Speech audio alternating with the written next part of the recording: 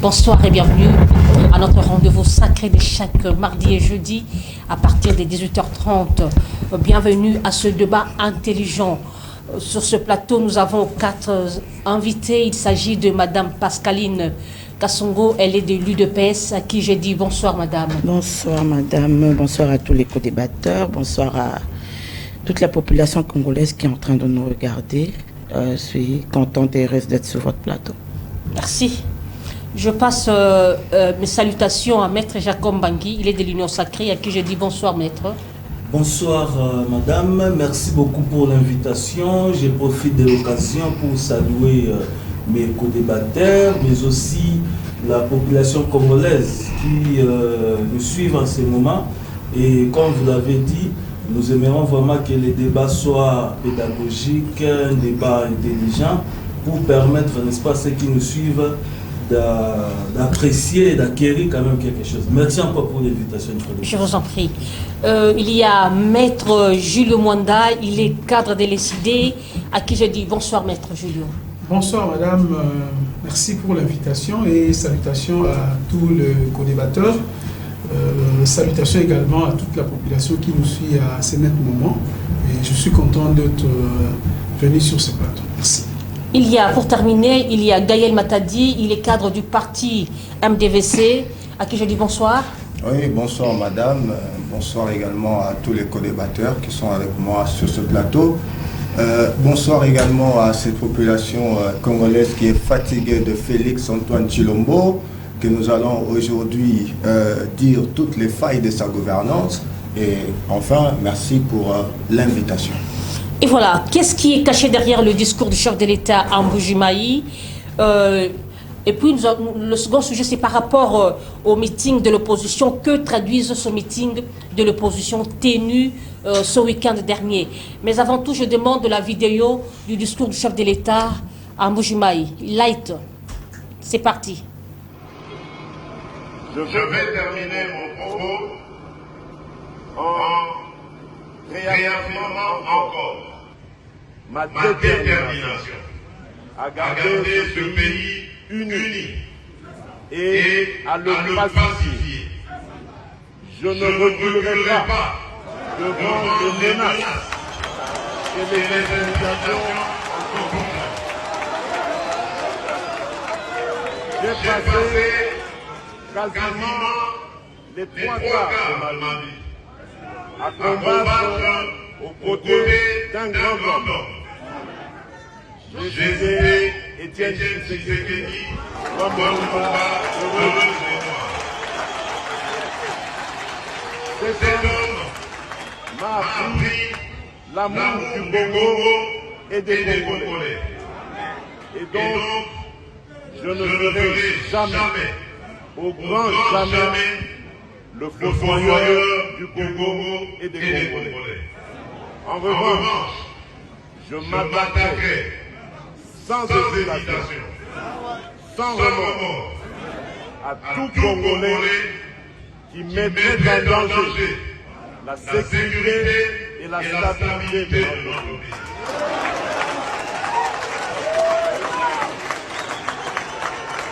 Peu importe ce que l'on dira, violation des droits de l'homme, privation de liberté, je n'en démordrai pas. Parce que démocrate je suis, démocrate je resterai. Je n'ai aucune leçon à recevoir de qui que ce soit dans ce domaine.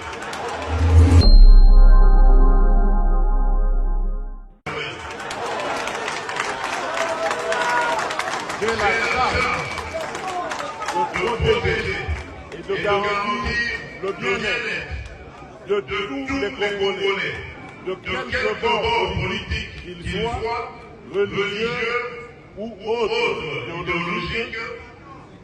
Et donc, je ne lésiterai sur aucun moyen pour remplir ma mission du mieux que ce soit. C'est l'histoire et Dieu qui me juge.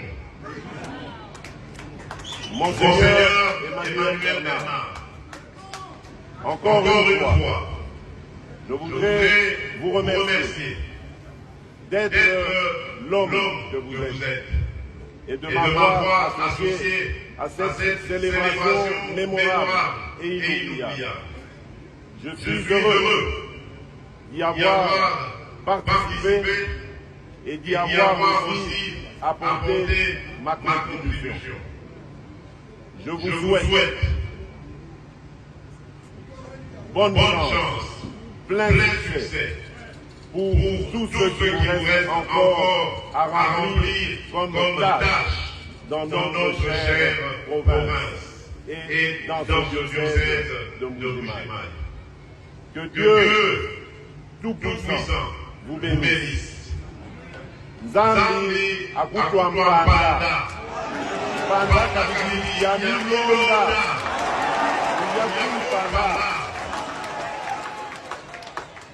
que Dieu bénisse la République démocratique du Congo. Je vous remercie.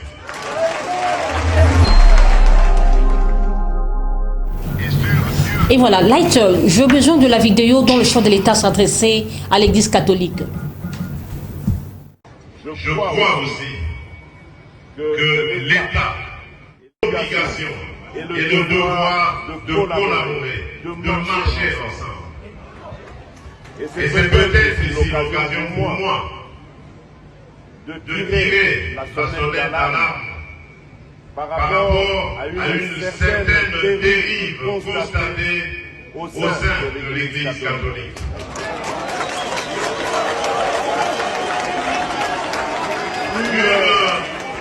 Une dérive que je qualifierais de dangereuse, surtout en cette année électorale. L'Église doit être au milieu du village. Ici, je fais intervenir, l'Église doit être au milieu des Congolais. Elle doit prêcher l'amour, l'unité et l'égalité. L'Église doit accompagner toutes les filles et tous les fils de la République qui sont en politique de la même manière. Sans distinction.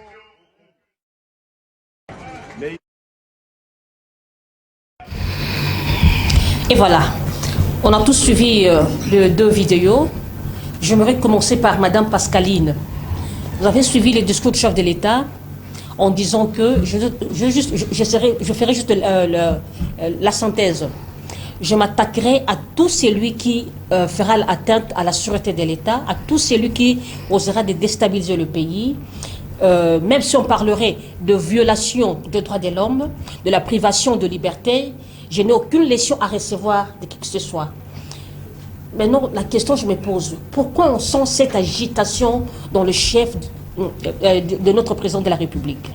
Qu'est-ce qui se passe? C'est vous qui parlez d'agitation. Moi, je ne trouve pas qu'il y a d'agitation. Le président de la République, à part le fait qu'il soit l'institution président de la République et les garants de la nation, il garantit le bon fonctionnement de l'État. Il est aussi le père de la nation. Je ne trouve pas qu'un père qui sécurise sa maison ou son étendue et que vous devez appeler ça agitation. Moi, je ne trouve pas de l'agitation. Je ne sais pas pourquoi, lorsqu'on parle de l'intégrité territoriale de la RDC qui est aujourd'hui de 2 345 410 km², les gens pensent que c'est de l'agitation. Vous savez, lorsque le président de la République, moi j'ai été froissé de voir que les gens ont juste coupé cette partie. Mais avant cette partie, il y a où le président parle, où il dit qu'il a reçu des valeurs de l'Église catholique. C'est ça qui fait de lui ce qu'il est aujourd'hui, l'éducation qu'il a reçue. Mais il sera debout pour combattre la corruption, les tribalismes, les séparatismes et l'impunité. Et nous avons vu l'Église catholique, notamment Tata Ambongo, exceller dans ça. Vous voyez exceller dans quoi? Oui. Dans la corruption? Bien sûr. Vous avez des preuves? Non, mais il y a une vidéo ici où le Monseigneur Cholé a reçu, ils ont confirmé avoir reçu plus de 40 smartphones lors des élections. Ça, c'est de la corruption. On lui a même posé une question par vos confrères journalistes, Patrick Thierry, que je cite.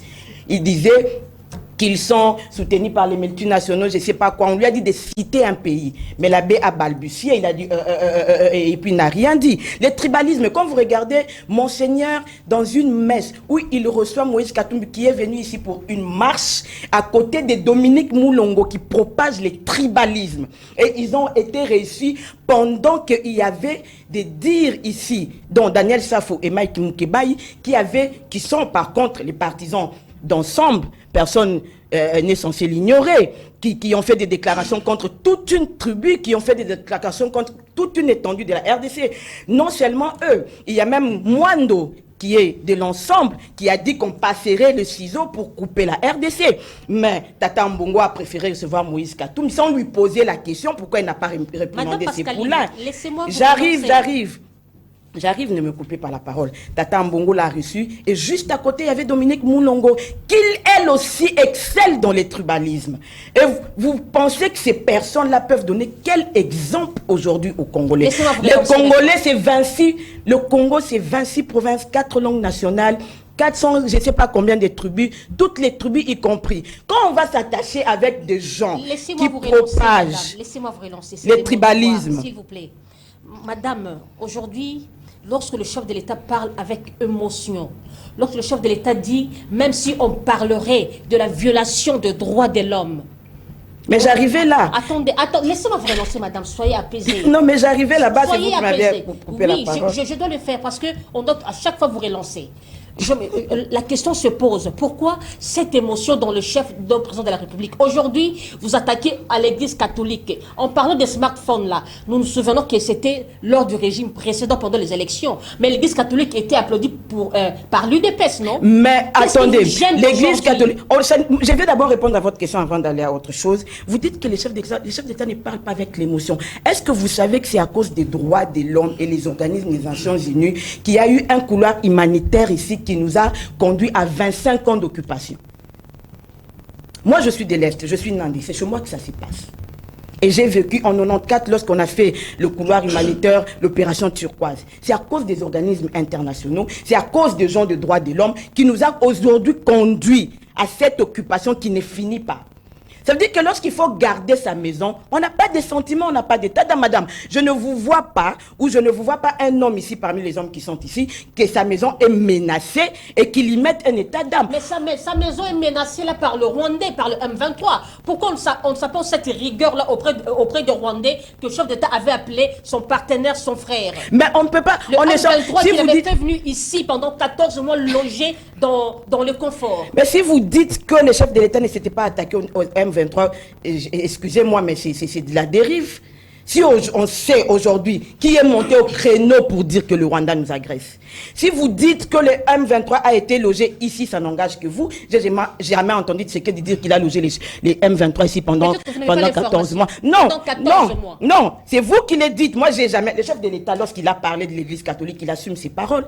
Sinon, il aurait dit qu'il a logé les M23 Merci ici. beaucoup. Bon, si j'entre dans votre logique et qu'on a logé les M23 ici, mais le M23 logé déjà ici, ils avaient des contrats, ils avaient je ne sais pas, qu'ils avaient signé ici en 2013, qu'ils poursuivaient, qui n'avaient jamais été résiliés. Lorsque vous arrivez aux affaires, par exemple, vous achetez cette maison et qu'il y a des locataires ici, qu'est-ce que vous faites? Vous parlez avec ces locataires pour savoir, toi, combien il te reste de garantie, toi. Et ça, c'est pas une dérive, c'est pas une dérive. Le chef de l'État est monté au créneau pour dire que c'est Kagame qui nous agresse, pour dire que c'est les Rwandais qui nous agressent. Et malheureusement... Après la déclaration, après qu'il soit attaqué par l'opposition, lorsqu'il a dit que Kagame était son frère, lorsqu'il a nié que c'était pas le Rwanda... Kagame est le frère du chef de l'État. Kagame est notre frère africain. Et ça, personne ne va me contredire. Mais Kagame est notre frère africain. On ne déplacera pas le Rwanda. Chez moi, au Kivu, il y a des autochtones des Congolais qui ont des enfants avec des Rwandais. Je chute pour dire ceci. Il ne faut pas aller à la dérive. Tout ce que nous et les chefs de l'État nous disons, nous ne permettrons à personne de bafouer le territoire qui s'appelle la RDC. On sent l'excès de que pouvoir. ce soit... Non, ce n'est pas l'excès de pouvoir. Nous protégeons l'intégrité territoriale. Merci Je venais de vous dire que le chef de l'État est le garant de la nation. Merci. Il doit garantir l'intégrité du territoire. Merci beaucoup. C'est pour ça qu'il a été voté. C'est pourquoi on lui a donné nos voix, pour qu'il garantisse l'intégrité du territoire Merci, de la Madame province Pascaline. orientale au Congo central. Merci. C'est ça son travail. Merci. Donc il n'a pas d'émotion. Merci. Je passe la parole à Maître Jacob Mbangui. Il est de l'Union sacrée, Maître Jacob Mbangui, le chef de l'État. C'est surprenant aujourd'hui qu'il puisse s'attaquer à l'Église catholique farouchement. Mais il est le premier à soutenir lorsque Tata Cardinal Paix à son âme Osengo avait dit que les médiocres dégagent. L'UDPS avait dit on avait fait 50-50. Et aujourd'hui, lorsqu'un chef de l'État, garant de la nation, se permet de s'en foutre, en disant que non, même si on parlerait de la violation de la Constitution. Mais ça, c'est gravissime, Maître Jacob. Merci beaucoup, madame, pour votre question. Avant de répondre, laisse-moi en tout cas jeter des fleurs à mon dévancier parce que j'ai senti une perspective un peu beaucoup plus intéressante par rapport à la question et je salue vraiment madame. Et vous savez, nous avons toujours cette habitude-là d'encourager les femmes et je souhaiterais vraiment que madame continue dans ces chemins-là. Madame, écoutez, l'Église joue un rôle d'observation. L'Église a un rôle qu'il doit jouer, c'est celui d'observation, si je peux me répéter. En aucun cas, l'Église peut faire la politique, ou l'Église peut entrer, n'est-ce pas, en faisant des œuvres qui sont très à la politique. Pourquoi nous disons ça? J'ai entendu Monseigneur l'abbé Cholet, que je respecte énormément, qui dit non, l'Église est là pour soutenir les faibles. Mais qui vous a dit que les faibles seraient du côté de l'opposition? Mais les faibles sont partout, et du côté de l'opposition et du côté de la majorité. Lorsqu'il y a quelque chose qui arrive du côté de l'opposition, l'Église dénonce. Mais lorsqu'il y a madame... Je peux vous rappeler qu'au régime précédent, l'UDPS au pouvoir, le rassemblement, l'UDPS à l'opposition, excusez-moi, le rassemblement à l'opposition, mais l'Église catholique, à chaque fois qu'il y avait un problème, à chaque fois qu'il y avait une dérive, l'Église catholique ripostait, condamnait le pouvoir en place. Écoutez, nous sommes d'accord. Comment vous êtes d'accord avec moi, ou ça vous serez d'accord avec moi que l'Église doit rester au centre du village? C'est-à-dire quoi? Lorsqu'il y a une dérive, et du côté de l'opposition, et du côté, n'est-ce pas, de la majorité, l'Église doit nécessairement dénoncer. Je vous donne un exemple patent, madame. Nous étions, je crois, pendant la marche de l'opposition. Il y a un leader de l'opposition qui envoyait la population, n'est-ce pas, de jeter des pierres aux policiers. Est-ce que l'Église a dénoncé ça? Nulle part, je l'ai vu. Il y a des dérives du côté de l'opposition. Parce que vous n'allez pas me dire dans ce plateau que des dérives, n'est-ce pas, est préhendée ou est presque du côté de la majorité. Parce que même du côté de l'opposition, il y a des dérives. Mais personne ne dénonce. Même pas l'Église. Mais si aujourd'hui, nous voyons cet acharnement, ici nous ne parlons pas de l'Église, on parle de deux personnalités qui s'acharnent contre la personne de chef de l'État. Nous nous posons la question, qu'est-ce qui ne va pas? Elle constitue l'Église, ces deux personnalités-là. Mais écoutez, mais c'est ça que nous sommes en train de dire. Parce que n'oubliez pas que la majorité ou la majeure partie, n'est-ce pas, de l'Église catholique sont membres de l'UDPS aussi. Ça, il ne faut pas oublier. L'Église doit rester apolitique. Ça, ce n'est pas le décret du pouvoir en place. Non, s'il vous plaît, madame. De s'opposer farouchement contre le pouvoir, l'Église catholique. Laissez-nous quand même parler. Écoutez, l'Église doit rester au centre. L'Église doit jouer son rôle. Son rôle, c'est d'observer. Le rôle, c'est de prodiguer des conseils. Son rôle, c'est de prêcher l'amour. L'Église ne peut pas prêcher la haine. Là, nous sommes contre ça. Et si le président de la République, garant de la nation, n'est-ce pas, se met au créneau pour parler de ces choses-là, où est le mal? Lorsque le président de la République dit que non, l'Église doit rester au centre, il a incité qui? Contrairement aux opposants qui incitent du matin, le midi, le soir, ils passent leur temps à inciter, personne ne dénonce. Mais si le président de la République monte au créneau pour rappeler à l'Église son rôle, moi, je ne vois pas le mal dans ce discours-là. Je ne vois pas le mal dans ce discours. Voilà pourquoi nous disons ceci. Nous de l'Union sacrée, nous soutenons ce discours. Nous de l'Union sacrée. La violation des droits de l'homme. Madame, La privation de liberté, vous êtes un avocat, non? Écoutez, ces pays... Non, je suis un avocat, j'assume. Oui, et ici, un homme de droit. Pardon, ce que nous sommes en train de dire ici, n'est-ce pas, n'enlève pas mon casquette d'avocat. Parce que à chaque fois qu'on va nous attaquer, n'est-ce pas, à ce conseil avocatif, madame, nous allons répliquer. Et ça sera très farouche. Plus quand même le président de la République. C'est pourquoi nous disons ceci. Les discours du président de la République, nous soutenons cela. Mais à ce qui concerne les droits de l'homme, je pense que ma devancière, n'est-ce pas, a largement parlé de la question. La République démocratique du Congo appartient d'abord aux Congolais. Quitte à nous les Congolais, de respecter, n'est-ce pas, la légitimité de notre territoire, mais aussi la légitimité du président de la République. Voilà pourquoi, madame, d'une manière succincte, nous disons tout simplement pour atterrir que nous soutenons, n'est-ce pas, ces discours. Et ne vous en faites pas. Les gens qui viendront ici pour parler, dire que non, il y a ceci, en tout cas, nous ne serons pas d'accord avec ça. Merci beaucoup. Nous allons passer la parole à Maître Jules Mwanda. Manda, excusez-moi. Vous avez suivi vos co-débatteurs avant même de rebondir. J'aimerais vous poser une question.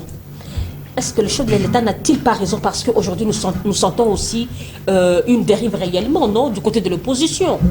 On attrape l'opposition avec les armes, il y a soupçon de coup d'État, atteinte à la sûreté de l'État. N'a-t-il pas raison vraiment?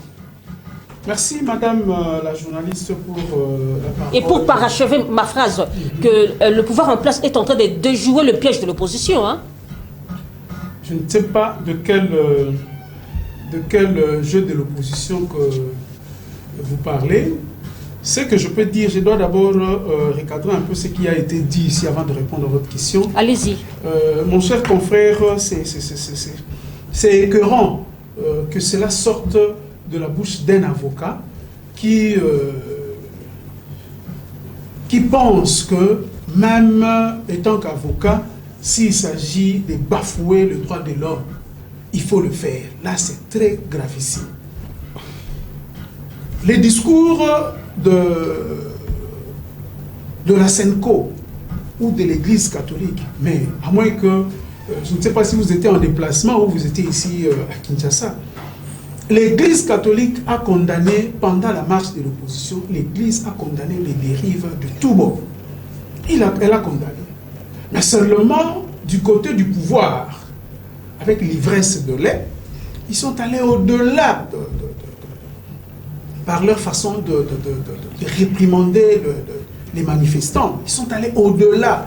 Et la preuve, leur commandant l'a affirmé tout haut, que même s'il s'agit de bafouer le droit de l'homme, même s'il faut empêcher les gens de sortir du pays, même s'il faut priver de liberté des gens, personne n'a de leçons à lui donner. Mais c'est très grave pour un chef de l'État qui est censé mais il y a quand même aussi l'unité l'excès nationale. dans le chef de l'opposition. À tout moment, des fois des paroles indécentes à l'endroit du chef de l'État. Mais quand vous visitez... Vous critiquez des fois pour critiquer. Quand nous critiquons avec raison et preuve. Et preuve, je vous dis. Si vous allez aujourd'hui, M. Tshilombo nous avait promis, lors de sa prise de fonction, qu'il n'y aura plus de cachots clandestins, tous les cachots de l'ANR seront fermés. Et aujourd'hui, où en sommes-nous? Nous avons des militants qui sont incarcérés injustement. Le cas de notre camarade Moulope, par exemple. Il est incarcéré injustement. Même s'il y a atteinte à la sûreté de l'État, que les cachets restent toujours... à la sûreté de l'État? Quelle atteinte à la sûreté de l'État? Vous parlerez de messieurs, vous faites allusion directement à messieurs, à l'arrestation de Salomon et de Franck Diongo. Mais Franck Diongo et Salomon, ils viennent nous récemment. N'est-ce pas de l'Union sacrée? S'il y a eu un coup à préparer, donc ils viennent de là et tout a été manigancé là-bas pour empêcher à ce que les bonnes élections se préparent. Nous savons tous ces jeux-là. D'où ça vient? Ça vient du régime en place. C'est fabriquer des prisonniers, fabriquer des coups pour empêcher à ce que les élections aient lieu. La déclaration de l'Église catholique est faite dans le sens de recadrer toutes les bavures qui sont faites en l'endroit de la population. de la population qui est dans la misère. Mais aujourd'hui, un chef de l'État qui est censé protéger la population, qui est censé être le symbole de l'unité nationale, se permet de dire que même s'il faut piétiner, bafouer les droits de l'homme, il le fera. Mais c'est très grave.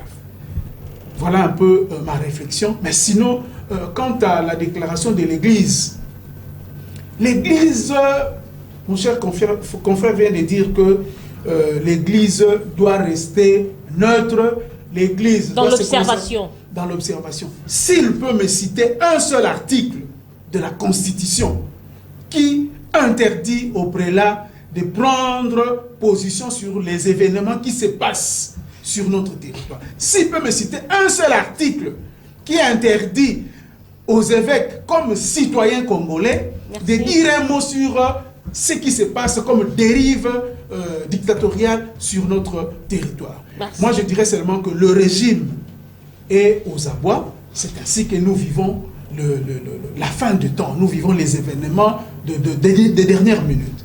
Merci. Ce n'est pas un rêve. Hein? Nous sommes avec vous ici et vous verrez. Merci beaucoup. Je passe la parole à Gaël Matadi. Gaël, vous avez suivi vos co-débatteurs. Je voudrais vous poser la question. Est-ce que l'opposition aussi n'est pas en perte de vitesse? Par des déclarations, en voulant faire des coups d'État, et voilà la réaction aussi à chaud du chef de l'État. Est-ce qu'il a-t-il tort, le chef de l'État? En tant que garant de la nation, Baba Wataïfa, il est censé de protéger. Allez-y. Voilà, merci madame pour la question. J'ai suivi les interventions, certaines pertinentes et d'autres de moins en moins, autour de ce plateau. Alors, s'il faut d'abord commencer par le discours du président de la République. Un bon début. Un bon début du discours. Le président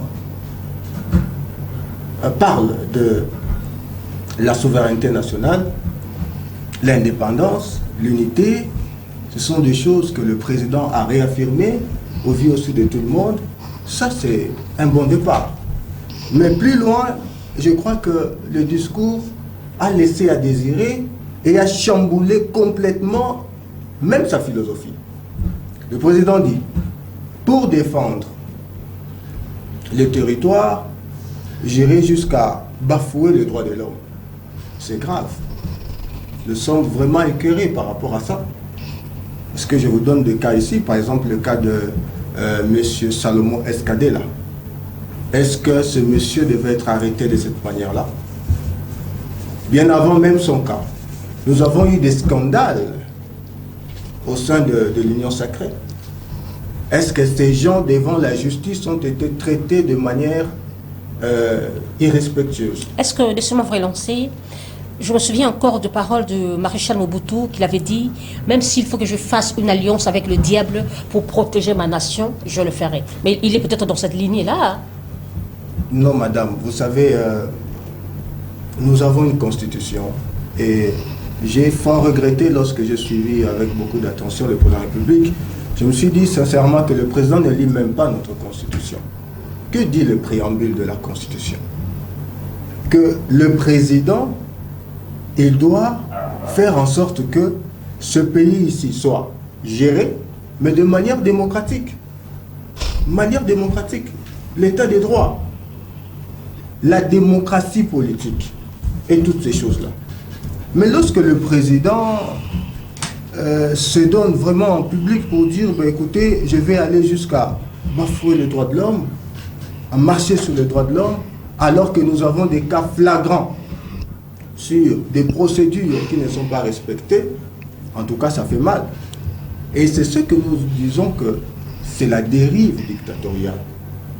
La démocratie, c'est un système. Ce n'est pas l'opposition aussi qui pousse le chef de l'État à réagir ainsi. Non, je vais arriver. La démocratie, c'est un système. La démocratie, c'est une philosophie. La démocratie, c'est les idéaux de liberté. C'est toutes ces choses. Mais lorsque le président ne sait pas que dans un État démocratique, même pour arrêter M. Salomon Escadela, par exemple, vous devez respecter la procédure. Lorsque le président confond le M23 et l'opposition, parce que On n'arrête que du côté de l'opposition. Le respect de la procédure, même en cas de flagrance. On n'arrête que du côté de l'opposition. Madame, on vous a dit que lorsqu'il y a flagrance, on ne respecte pas la procédure. Je suis entouré des éminents juristes sur ce plateau. Même quand il y a flagrance, on veut utiliser la justice pour museler l'opposition. On veut utiliser la justice pour complètement mettre en mal l'opposition. Parce que, et là j'arrive à votre question, au tout début de ce mandat, et même chemin faisant, nos amis de l'Union sacrée, mais vociférer partout pour dire que l'opposition est à péter. Opposition est bas. Nous n'avons pas d'opposition. Mais lorsque l'opposition, alors qu'il n'était pas aussi de péter, elle a commencé à mener des actions de grande envergure, des actions d'ailleurs qui sont soutenues par la population. En voulant destituer un pouvoir établi légalement. Allez-y. Mais dites-moi un peu, est-ce que, par exemple, le président Martin Fayulu aurait des armes pour destituer M. Tshilombo? Non, c'est dire quoi? Lorsqu'ils se rendent compte que la population n'est plus avec eux, parce que la population est du côté de l'opposition actuellement. Inversion des valeurs, ils sont là. La Constitution, je rappelle, interdit le tribalisme, mais nous le vivons. La Constitution interdit le népotisme, les injustices sociales. Mais c'est devenu outré. C'est à outrance actuellement. Et vous allez dire que l'opposition est de péter. Non, l'opposition mène un bon combat. Permettez-moi quand même de dire un mot par rapport à l'Église catholique. Écoutez, est-ce que l'Église n'est pas au milieu du village? Mais l'Église est restée égale à elle-même. L'Église était avec Tshilombo, du temps de Joseph Kabila. La même Église. La même Église a combattu M. Kabila.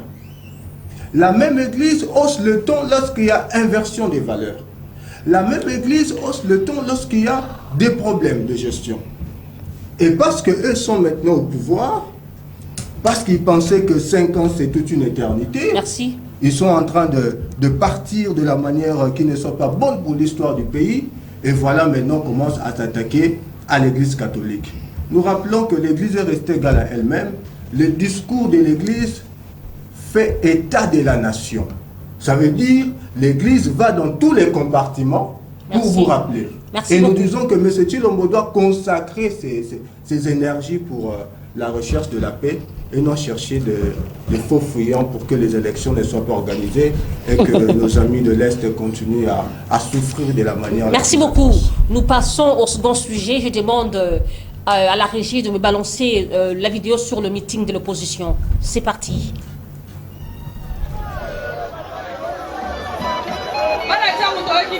L'opposition a tenu son premier meeting à Kinshasa, en République démocratique du Congo, depuis l'union entre les opposants Moïse Katumbi, Martin Fayulu, Matata Ponyo et Délice Sanga en prévision des élections générales prévues le 20 décembre dans le pays. Quelques milliers de militants de l'opposition avec les effigies ou drapeaux de partis politiques se sont réunis à Sainte-Thérèse, un terrain sablonné au cœur d'un district populaire de Kinshasa pour un meeting de l'opposition sur fond de divergences entre les ténors. Peu après, à 15h juste, l'opposant Martin Fayulu a fait son entrée seul, applaudi par les partisans. L'opposant a récemment annoncé boycotter ainsi que son parti le processus électoral en cours, fustigeant le manque de transparence dans le processus depuis la constitution de membres du bureau de la Commission électorale nationale indépendante, la CENI en sigle, et l'opération de recensement des électeurs. Ses alliés Moïse Katumbi, Matata Ponyo et Délice Sanga n'avaient pas suivi sa position qui a également créé des remous au sein de son propre parti et SIDE. En leur absence, ils ont été représentés par les secrétaires généraux de leur parti. Lors de ce meeting, Martin Fayulu dit « Il est hors de question de se lancer dans un processus chaotique comme des vaches dans un abattoir. Il faut que les conditions soient réunies. Plus question d'accepter la fraude dans ce pays », a déclaré l'homme qui s'est fait toujours appeler le président élu. Fayulu a affirmé que Tshisekedi devrait quitter le pouvoir le 23 janvier 2024 avec ou sans élection. L'opposant politique Martin Fayoulou a clarifié sa position. Les boycotts ne font pas partie de son langage. Comme la commission électorale a annoncé qu'elle veut discuter avec toutes les parties prenantes, nous sommes d'accord pour définir ensemble le règlement. Élection pour les camarades. Tolobi que le 23 janvier 2024, à minuit, Chilombo Ivoire.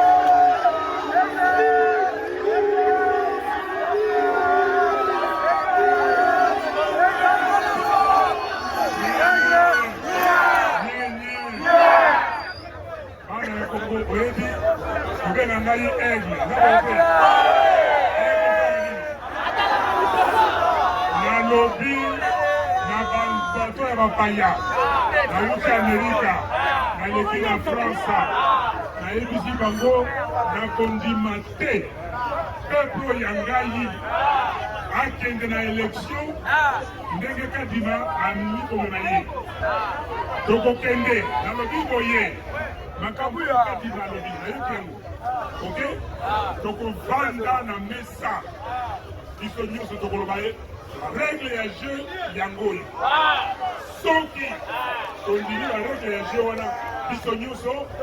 Dans les cas contraires, nous n'irons pas cautionner la fraude, a-t-il ajouté.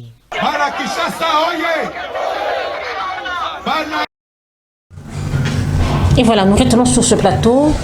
Excusez-nous, ceux qui n'ont pas bien suivi le son, ce sont des soucis techniques.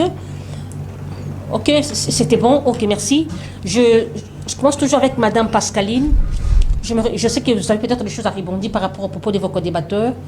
Que traduisent le meeting de l'opposition? Comme vous le dites, je vais rebondir. Je suis quand même choquée de voir que quelqu'un qui commence une phrase, mon frère ici l'a si bien dit, il dit « Pour défendre les territoires, je ne céderai pas ». Il a très bien commencé sa phrase. Madame, quand il s'agit des territoires, on ne fait pas de blagues. Vous savez, les droits de l'homme. Je vais vous dire quelque chose. Vous savez, les Rwandais qui nous combattent aujourd'hui, si on leur donne l'occasion de prendre ne fût-ce que 10 cm de notre terre, ils vont se battre, ils vont violer des lois et des lois pour ces 10 cm. C'est nous qui jouons avec les terres ici en RDC. On est en train de nous faire la guerre si ça fait 25 ans pour quelques kilomètres de terre. Donc il ne faut pas venir jouer avec ce qu'on appelle les territoires ou la terre.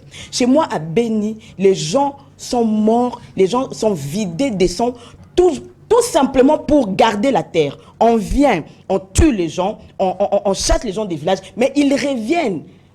Ils reviennent à 100 et à je ne sais pas quoi pour garder les territoires. Si c'est à Kagame, ça je veux le dire et je l'assume, si c'est à Kagame qu'on donnait ne fût-ce que 10 km de la RDC, il ne ferait pas de blagues. La preuve en est que depuis 25 ans, il est en train de violer les droits de l'homme pour tuer en RDC. Mais pourquoi le chef d'État n'avait pas fait sortir ces énergies-là à Kagame, au Rwanda, homme 23, mais non, plutôt à ses frères opposants? Écoutez, madame, écoutez, il y a une chose que vous ne savez pas. Il y a une chose que vous ne savez pas. Je vais vous faire un croquis. Quand vous dites à Kagame au M23, les M23 étaient ici, ils ont signé ici avec nos dirigeants ici, notamment l'ex-ministre des Affaires étrangères qui a signé les mixages et les brassages dans l'armée. Les M23 étaient représentés ici, dans notre armée, dans les institutions et consorts. Quand vous parlez des M23, vous pensez que ce sont seulement les Rwandais. Mais les Congolais même qui sont ici. Et vous voulez que le chef de l'État a dit quiconque, ça veut dire qu'il soit Congolais ou Rwandais, oserait jouer avec ce qui s'appelle territoire de la RDC. Il va répondre à lui-même. Maintenant, quand on me parle de l'état de droit, est-ce que j'ai des juristes ici, mais quand vous ne définissez pas l'état de droit, moi ça me choque. C'est quoi l'état des droits? L'état des droits, excusez-moi, l'état des droits, c'est d'abord tout le monde ici est justiciable. Chacun doit connaître la loi et tout le monde doit répondre devant la loi. C'est aussi la violation de... Peu importe qui que tu sois. D'ailleurs, la Constitution... de la liberté. La Constitution, même la liberté. La Constitution dit qu'il y a la liberté de l'expression. À la fin, là, on cite les mœurs, on cite les respects. Parce que vous lisez cette loi-là seulement au début. À la fin de cette loi-là, il y a un paragraphe qui dit que cela doit être fait selon les respects de mœurs c'est long. Il y a le respect, c'est ça la loi. Est-ce que vous vous souvenez de la manière dont vous, l'UDPS, avez vilipendé Mobutu? Maintenant, je vais vous dire pourquoi. Je vais vous dire pourquoi. Pourquoi nous, lorsque le monseigneur Mosengo disait que les médiocres dégagent, oui, les médiocres avaient 16 millions de sang congolais. Les médiocres avaient les brassages et les mixages.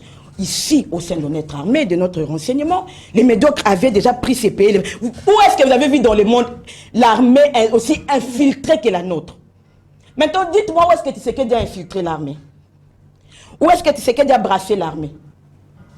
Les médiocres devaient dégager parce que ça faisait 25 ans. D'ailleurs, en 2016, les M23 qui avaient été dissous en 2013 a tué les gens ici à bout portant. Quand Museveni a fait entrer sa troupe ici, cela ne vous dit absolument rien. Quand Museveni a fait entrer sa troupe, quelle troupe ici? Quelle troupe?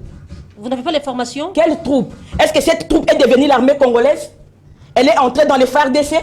Il ne faut pas faire, il faut faire la différence entre les troupes qui viennent nous soutenir et brasser une armée. Brasser et mixer une armée, ça veut dire prendre un étranger, le faire entrer dans notre armée et il devient congolais. Et quel est le rapport jusque-là? Mais non, c'est ce que je te dis. Tshisekedi n'a pas brassé l'armée. Est-ce que Tshisekedi a brassé l'armée? Répondez-moi. Est-ce que Tshisekedi a vendu ce pays? Non, c'est ce que je vous dis. Donc, les médiocres devaient partir. Parce que ça faisait plus de 25 ans ici, depuis qu'ils sont venus continuer chez nous. Je veux répondre à votre question. Il faudrait que les gens me disent quelles sont les actions de grande envergure que l'opposition a menées. L'opposition a fait une marche la plus courte qui a commencé, je crois, à Chine jusqu'au Palais du Peuple. Quelles sont les actions de grande envergure? Dire aux gens de lancer les pierres aux policiers? Aller recruter des enfants aussi mineurs pour faire bras de fer aux policiers? C'est ça les actions de grande envergure? Moi, j'étais à Sainte-Thérèse, j'ai mes images, j'étais derrière. L'opposition dans une ville de 12 millions d'habitants ne peut pas réunir 200 personnes sur un terrain qui peut contenir 20 000 personnes. 200 personnes là, vous montez en public, s'il vous plaît. 200 personnes là, vous montez en public. Je ne mens pas. Non, non, non. Vous avez filmé que le devant, maman.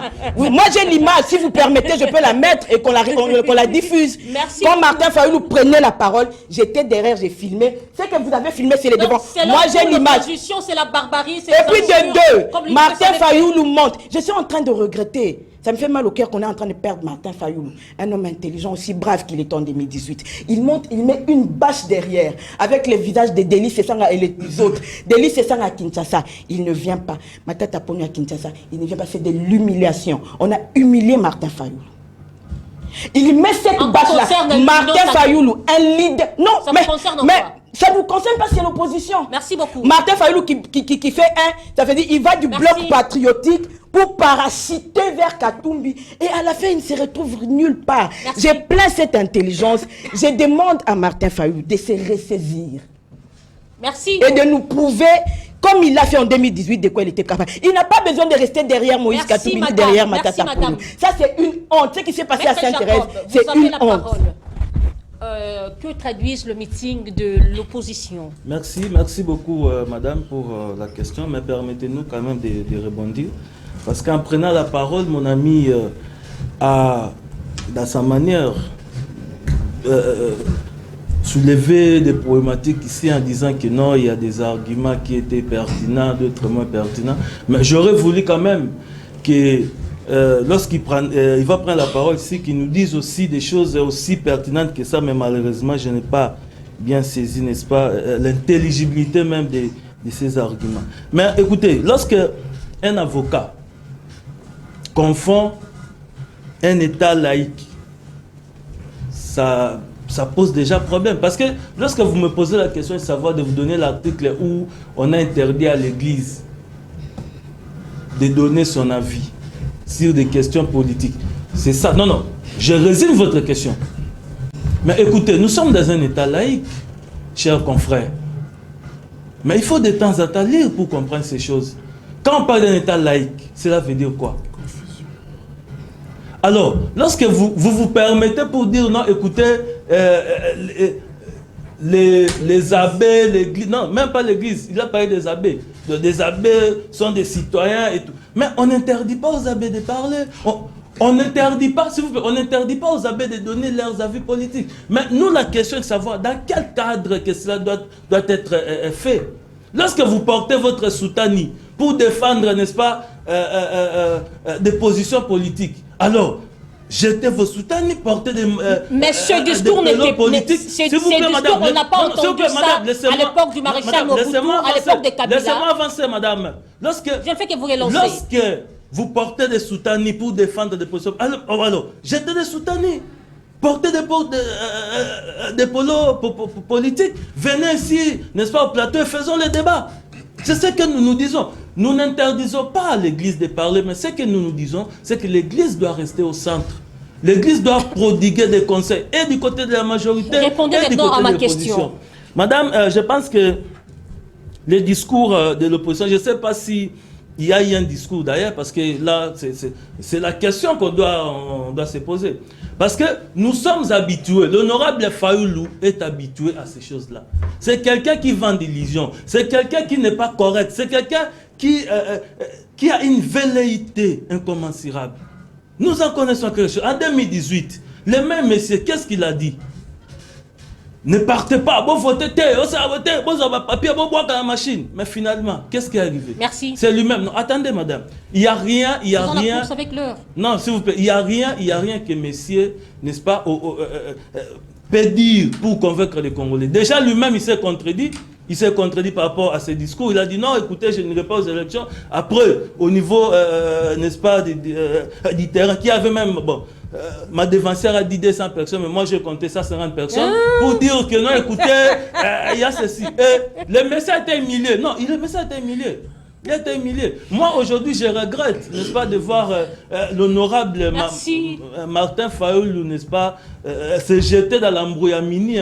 Merci beaucoup. Je passe la parole à Maître Julio Manda.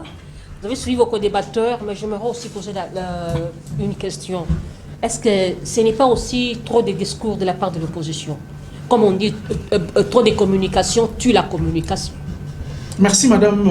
Pour répondre à votre question, j'aimerais un peu éclairer certaines lanternes ici. Je regrette toujours que... s'il vous plaît, je regrette que... bon, moi je ne veux pas entrer dans ces débats de chiffres parce que c'est ça l'union sacrée, les mensonges. C'est ça l'union sacrée, ce que nous appelons Kadiosha, c'est ça l'union sacrée. Nous, on ne va pas entrer parce que les images sont là. On ne va pas discuter sur le nombre, même une personne, je ne vais pas discuter. C'est ça l'union sacrée, c'est ça l'UDPS, depuis toujours. Hein? Et la confusion qu'il y a, mon cher ami, il ne faut pas faire la confusion. Nous sommes juristes, nous sommes avocats, nous devons être par moments sérieux dans ce que nous disons. L'Église catholique, moi je dis ici, que donnez-moi un seul article, malheureusement vous n'avez pas donné, un seul article qui interdit aux évêques de parler sur une question politique. Un seul article de la Constitution. Là je laisse la politique. Ça c'est un. Des deux, parler de machine, s'il vous plaît. Parler de la machine... Parler de la machine à voter. S'il vous plaît, madame, ne dérangez pas celui qui a la parole. Peut-être qu'à ce temps-là, vous n'étiez pas encore politique. Vous n'étiez pas encore politique. Je vous dis ceci parce que si vous avez l'histoire, ou si vous lisez l'histoire du Congo, mais quand Martin Fayoulou a parlé de machine à voter, s'il a changé d'avis, c'est parce qu'il y a eu un correctif. La machine à voter qui devait être utilisée pour voter n'était que cette fois-là utilisée comme imprimante. C'est ça la réalité. On a utilisé la machine à voter comme imprimante. Voilà un peu, c'est ce que je devais recadrer. Mais parler des discours, l'opposition, ou moi je parle de mon leader d'abord, en tant que membre de l'ESID. Il n'y a pas que des discours. Nous avons eu à proposer beaucoup de choses. Babenga qui sont opposition à péter. Qu'est-ce qu'ils ont apporté pendant les 5 ans ici qui s'achèvent? Qu'est-ce qu'ils ont fait? Qu'est-ce qu'ils ont fait? On nous a parlé de l'état des droits. Madame ici me dit que l'état de droit, j'apprends ça ici, hein, que l'état de droit, c'est l'état où tout le monde est justiciable devant. Tout le monde est censé connaître la loi. Protégez-moi, madame. Non, il ne faut pas qu'il vous plaît, Vous ne pouvez pas dénaturer. Il ne peut pas quand même dénaturer les propos. S'il vous plaît, s'il vous plaît. S'il vous plaît. Il ne faut pas déformer mes propos. S'il vous Dites plaît. ce que je dis et soyez sincère avec moi. Protégez-moi, s'il vous plaît. C'est lui qui a la parole. Papa, il va vous protéger comme. Répétez ce que j'ai dit. Voilà, j'apprends ici, comme je viens de le dire et de l'écouter, et je pense que personne ne va me contredire, que l'état de droit, c'est un état où tout le monde est justiciable devant la loi. C'est ça le propos tenu ici, sur ces plateaux. Merci. Mais on nous a vanté l'état de droit pendant plus de 30 ans. Aujourd'hui, on nous dit on va bafouer le droit de l'homme. Aujourd'hui, les voleurs, ceux qui saignent le trésor public, on les amène en prison. 2 jours après, ils sont dehors, ils sont nommés ministres et j'en passe. Mais qu'est-ce que l'UDPS nous a amené, si ce n'est que le tribalisme? À voir seulement la composition même de l'UDPS. Mais c'est un parti tribal. Aujourd'hui, nous allons aux élections. La CENI, qui est l'organe technique pour organiser les élections, est dirigée par qui? Par quelqu'un du coin du chef de l'État. Le ministre ou le ministère de la Justice. Je vais vous poser une question. S'il vous plaît, que je termine. Attendez, s'il vous plaît. Écoutez, Mangana Moutou. Si cette CENI-là aujourd'hui, dont son dirigeant est du même coin du chef de l'État, supposons qu'il proclamait aux élections le gagnant Martin Fayoulou, il devient crédible. Bobo Yango. Merci. Vous savez, les élections vont se dérouler avec une surveillance. Vous savez, si aujourd'hui Tshilombo s'attaque aux évêques, s'attaque aux politiciens, s'attaque aux opposants. Répondez à la question. Répondez à la question. Ne dérangez pas. C'est moi qui fais la police du débat, s'il vous plaît.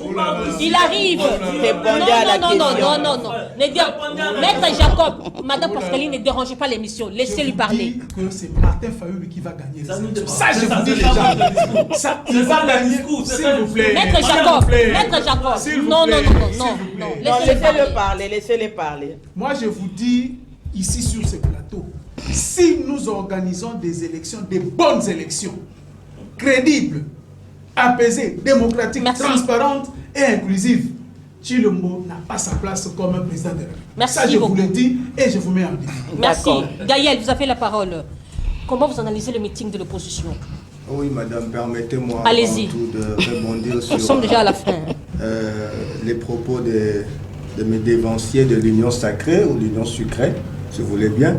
Mais madame, lorsqu'elle parle de l'état des droits, pour dire qu'il s'agit simplement de la justiciabilité, mais ça pose problème, madame. Pas simplement. L'état des droits, c'est aussi la procédure pénale, madame, qui doit être respectée. Hein? L'état des droits, c'est aussi lorsque vous arrêtez un opposant, il a droit à entrer en contact avec sa famille ou son conseil juridique. C'est aussi ça l'état des droits. Exactement. L'état des droits, c'est aussi lorsque vous faites des perquisitions, ça doit être conforme à la loi. Mais ça, vous ne le faites pas. Vous ne le faites pas, madame. L'état des droits, c'est aussi de voir lorsque celui qui est dans l'union sacrée, qui est poursuivi du chef de détournement, qu'il soit condamné et qu'il subisse la peine conformément à la loi. Mais lorsqu'il s'agit... Non, madame, non, mais qui ne sait pas que l'affaire Kamere, c'était une distraction, c'était juste un moyen de faire passer le temps, encore que nous étions pendant la Covid. Il fallait nous faire oublier un peu cette urgence sanitaire. C'était juste ça. Madame, l'état du droit, c'est aussi la sacralité du droit de l'opposition. Voilà pourquoi je vous ai dit, et je suis écœuré lorsque le confrère n'a pas saisi avec pertinence mon argument. Voilà pourquoi j'ai dit au début que la démocratie, c'est une philosophie d'abord. La démocratie, c'est un système. Alors, lorsque vous ne maîtrisez pas l'esprit, les paramètres de la démocratie, ça pose problème. Madame, combattre les forces du mal, ce n'est pas l'opposition.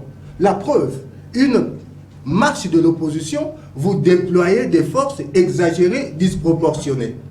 Une marche de l'opposition. Une marche de l'opposition, c'est aussi le moment propitiatoire pour vous de l'Union sacrée pour pouvoir organiser vos petites marches. Comme les Congolais disent, les Quinois disent, bah marche, il paye un piaka.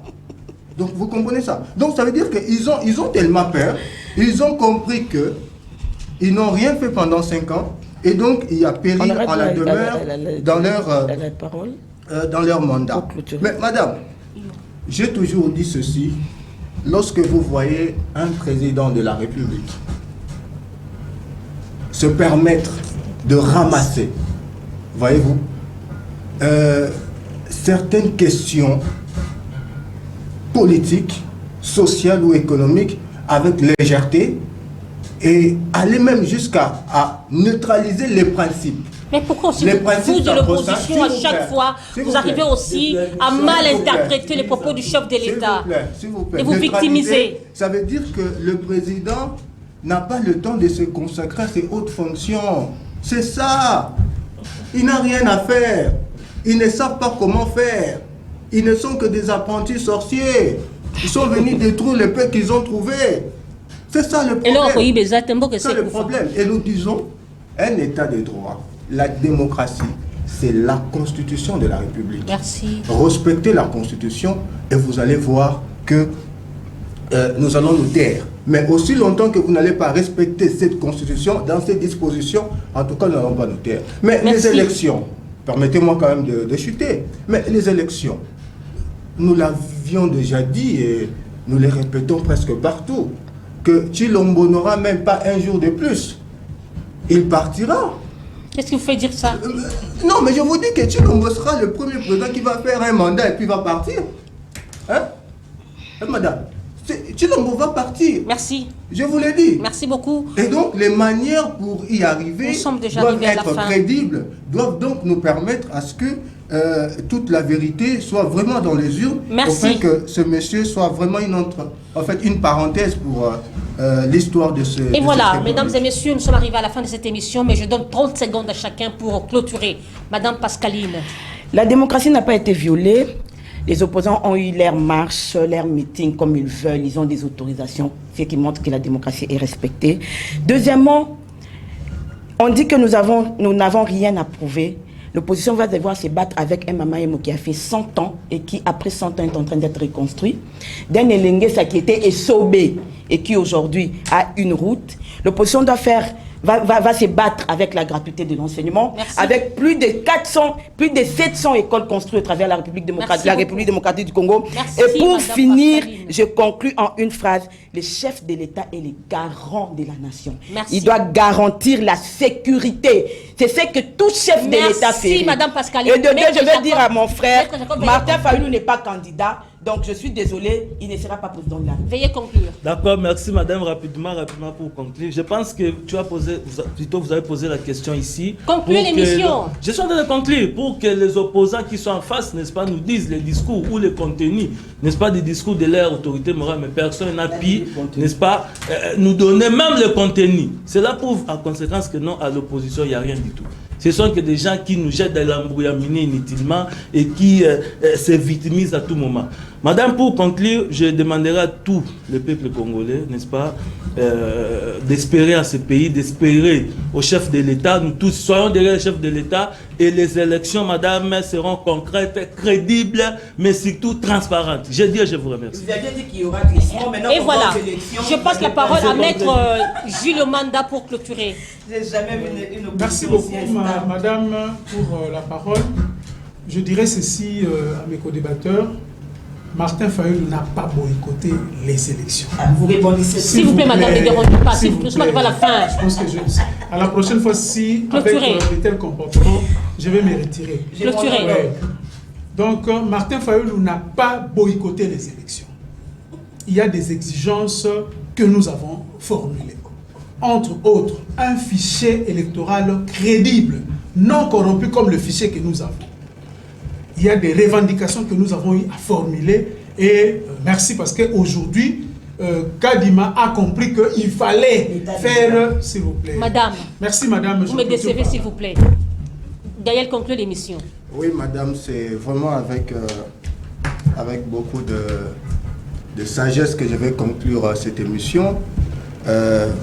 Vous avez constaté avec moi que nos adversaires, l'Union sacro-sucrée, Mouziki 100 kilos, n'a pas été en mesure, n'est-ce pas, de rencontrer ces démons de l'opposition sur des questions de démocratie, état des droits et surtout le développement. Lorsqu'on me parle de la route Elengues, ainsi de suite, je suis estomaqué. Même le développement, c'est un système. Alors lorsqu'on ne comprend pas la science de l'État, alors on commence à prendre des échantillons pour dire que ben voilà, c'est ça le développement. Nous sommes vraiment désolés pour ça. Alors, la population est derrière l'opposition, qui commence à faire bouger toutes les lignes. Et M. Kadima sait bien qu'il ne saura pas avancer sans cette opposition. Madame, je reviendrai sur ce plateau et vous allez me donner raison. Et voilà. Et le 23 décembre, M. Chilombo va partir. Nous sommes très sereins. Et voilà, mesdames et messieurs, nous sommes arrivés à la fin de cette émission. Nous avions reçu 4 invités sur ce plateau. Je dis merci à Maître Jules Manda de l'ECD. Merci à Gaël Matadi du MDVC. MDVC, Mouvement de lutte pour la démocratie et le vrai changement. Je dis merci à Maître Jacob Bangui de l'Union Sacrée. Merci à Madame Pascaline. Je dis merci, vous qui nous suivez depuis le quartier Cogelos. Merci au restaurant Piment Rouge. Merci à Goven Tiker et à Madame Thérésia Tiker. Que Dieu bénisse la République démocratique du Congo. Que Dieu protège nos FARDC et que Dieu garde son peuple. Au revoir. Inch'Allah.